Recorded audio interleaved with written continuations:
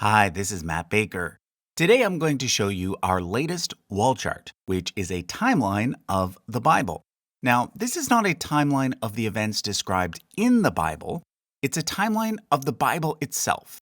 In other words, it shows when each book of the Bible was written and how the books ended up being combined together into the format we have today. If you want to get a copy of the chart as a poster, you can get one now by going to our website, usefulcharts.com, or by clicking the link in the description or pinned comment. Last year, we did a series called Who Wrote the Bible, and this new chart is basically a summary of the information from those videos. If you haven't yet watched the series, I'll leave a link to the various episodes in the description as well.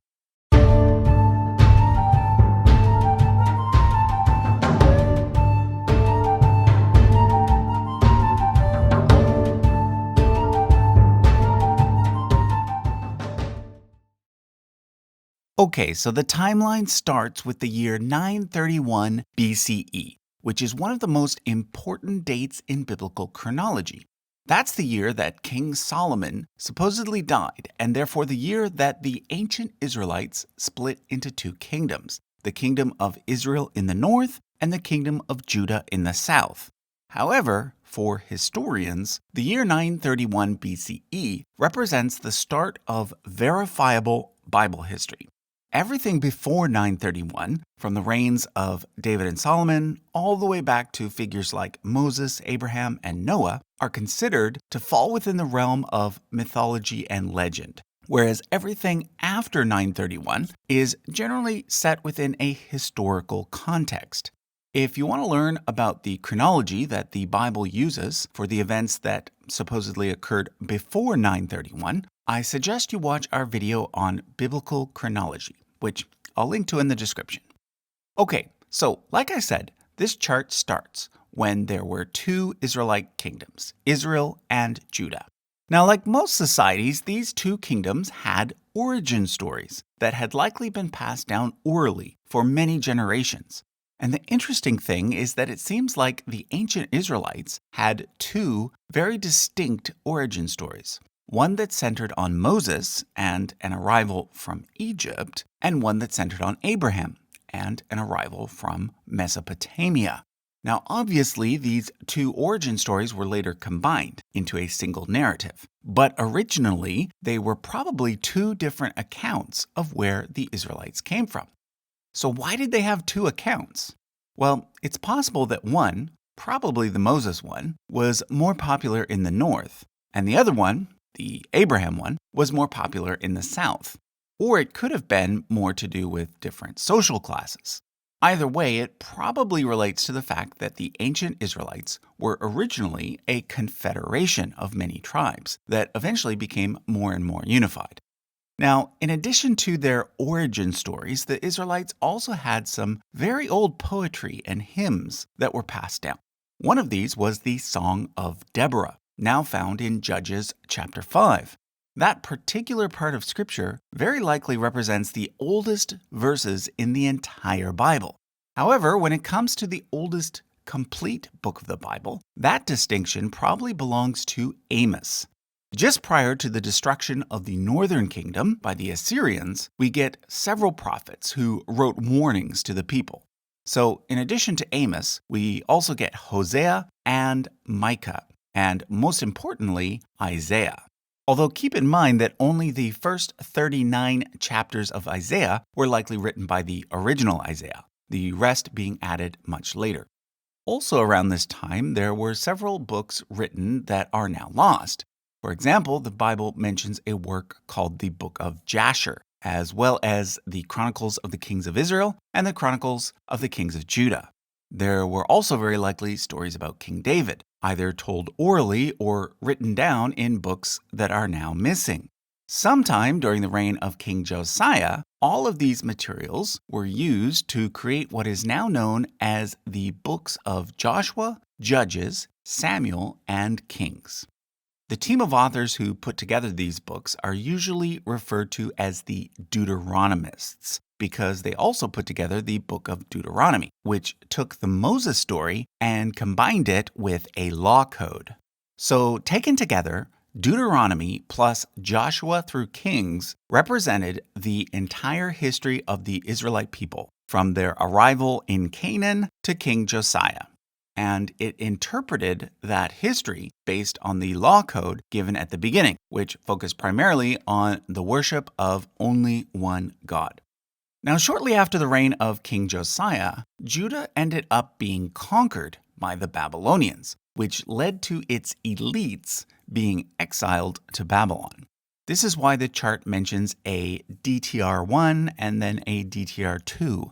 These represent two different generations of Deuteronomist authors. So basically, after the destruction of Jerusalem, the Deuteronomists revised their earlier work in order to better explain why they had ended up in exile. However, during the Babylonian exile, we also get other schools of thought developing separate accounts of Israelite history as well. This might have been because there were different groups of religious scholars at the time, some of whom were the descendants of the Northerners and others who were from the South. So, in addition to the work of the Deuteronomists, we also get a group working separately on the initial versions of Genesis, Exodus, and Numbers. This group used source material labeled J and E. If you're unfamiliar with what that means and want to learn about it, check out the first episode in our Who Wrote the Bible series. Again, you'll find the link in the description. But for our purposes here, the important thing to note is that we now get the Moses origin story being combined with the Abraham origin story, and slightly different versions of the law code are being used. I should also point out that it was around this same time that Deutero-Isaiah was writing. Deutero-Isaiah likely being disciples from a school of thought that originated with the original Isaiah. They produced chapters 40 through 55 of Isaiah. We also get several other prophets, the most important being Jeremiah, who may have belonged to the Deuteronomist school and who worked with a scribe named Baruch. Okay, so eventually the Babylonians were conquered by the Persians, and the Persians allowed the Israelites, now called Jews, to return to their former kingdom, now called Judea. There, they rebuilt the temple and continued to develop more literature. Now, at this point, I should probably explain the color scheme used on this chart. The Hebrew Bible, which is known to Christians as the Old Testament, was originally divided into three main sections: the Torah, the prophets, and the writings. On this chart, blue represents the Torah, yellow represents the prophets, and green represents the writings. Let's look at the Torah first. During the Second Temple period, we get a group of priests known simply as P. They added a lot of new content to Genesis, Exodus, and Numbers, and wrote the entire book of Leviticus, expanding on an earlier work known as the Holiness Code. These 4 books, which today are the first 4 in the Bible, are sometimes referred to as the Pentateuch. At some later point, a final redactor, known simply as R, combined the Pentateuch with Deuteronomy, added a few final things, and produced what is known today as the Pentateuch, or Torah. It is thought that Ezra may have been either one of the main P writers or perhaps the final redactor. During the Persian period, we also get the book of Ezekiel written, as well as the final chapters of Isaiah and several other smaller prophetic books. However, we also get for the first time some of the books in the writings section getting close to their final forms, the 2 main ones being Psalms and Proverbs.